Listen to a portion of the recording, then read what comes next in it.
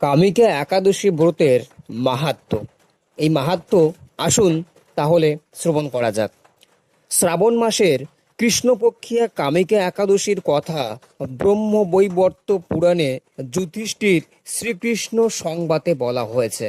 যুধিষ্ঠির মহারাজ শ্রীকৃষ্ণকে বললেন, হে গোবিন্দ, হে বাসুদেব, শ্রাবণ মাসের কৃষ্ণপক্ষের একাদশীর নাম এবং মাহাত্ম্য সবিস্তারে আমার কাছে বর্ণনা করুন।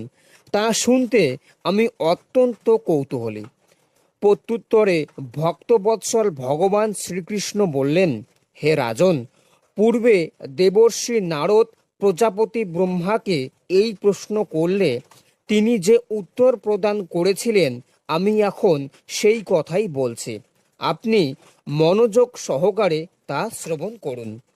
এক সময় ব্রহ্মার কাছে ভক্তশ্রেষ্ঠ নারদ জিজ্ঞাসা করলেন, হে ভগবান, শ্রাবণ মাসের কৃষ্ণপক্ষিয়া একাদশীর নাম কি? এর আরাধ্য দেবতা কে? সেই ব্রতের বিধিই বা কি রকম? এবং এই ব্রতের ফলে কি পুণ্য লাভ হয় তা সবিশেষ জানতে ইচ্ছা করি। আপনি কৃপা করে আমাকে তা জানালে আমার জীবন ধন্য হবে। শ্রী নারদের কথা শুনে ব্রহ্মা অত্যন্ত সন্তুষ্ট হলেন।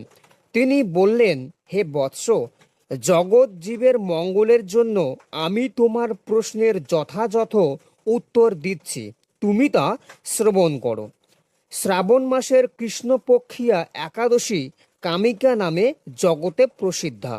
এই একাদশীর মাহাত্ম্য শ্রবণে বাজপেয় যজ্ঞের ফল লাভ হয়।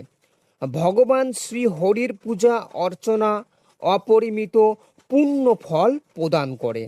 গঙ্গা, গোদাবরী, কাশী, নৈমিষারণ্য, পুষ্কর ইত্যাদি তীর্থ দর্শনের সমস্ত ফল একমাত্র কৃষ্ণ পূজার মাধ্যমে কোটি গুণ লাভ করা যায়। সাগর ও অরণ্যযুক্ত পৃথিবী দানের ফল, দুগ্ধবতী গাভী দানের ফল অনায়াসে এই ব্রত পালনে লাভ হয়। যারা পাপ পুণ্য সাগরে নিমগ্ন, এই ব্রতই তাদের উদ্ধারের একমাত্র সহজ উপায়। এই রকম পবিত্র পাপনাশক শ্রেষ্ঠ ব্রত আর জগতে নেই। শ্রীহরি স্বয়ং এই মাহাত্ম্য কীর্তন করেছেন। রাতি জাগরণ করে যারা এই ব্রত পালন করেন তারা কখনো দুঃখ দুর্দশাগ্রস্ত হন না। এই ব্রত পালনকারী কখনো নিম্নজনি প্রাপ্ত হন না। কেশবপ্রিয়া তুলসীপত্রে যিনি শ্রীহরির পূজা করেন, পদ্মপাতায় জলের মতো তিনি পাপে নির্লিপ্ত থাকেন। তুলসী পত্র দিয়ে বিষ্ণু পূজায় ভগবান যেমন সন্তুষ্ট হন, মণি মুক্তাদি মূল্যবান রত্ন মাধ্যমেও তেমন প্রীতি হন না। যিনি কেশবকে তুলসী মঞ্জুরি দিয়ে পূজা করেন তার জন্মার্জিত সমস্ত পাপ ক্ষয় হয়ে যায়। এই প্রসঙ্গে ব্রহ্মা বললেন, হে নারদ, যিনি তুলসীকে প্রত্যহ দর্শন করে তার সকল পাপ রাশি বিদূরিত হয়ে যায়, যিনি তাকে স্পর্শ করেন তার পাপ মলিন দেহ পবিত্র হয়, তাকে প্রণাম করলে সমস্ত রোগ দূর হয়, তাকে জল সিঞ্চন করলে যমও তার কাছে আসতে ভয় পায়। শ্রীহরির চরণে তুলসী অর্পিত হলে ভগবত ভক্তি লাভ হয়। তাই হে কৃষ্ণ ভক্তি প্রদায়িনী, তোমায় প্রণাম করে। যে ব্যক্তি হরিবাসরে ভগবানের সামনে দীপদান করেন, চিত্রগুপ্তও তার পুণ্যের সংখ্যা হিসাব করতে পারেন না।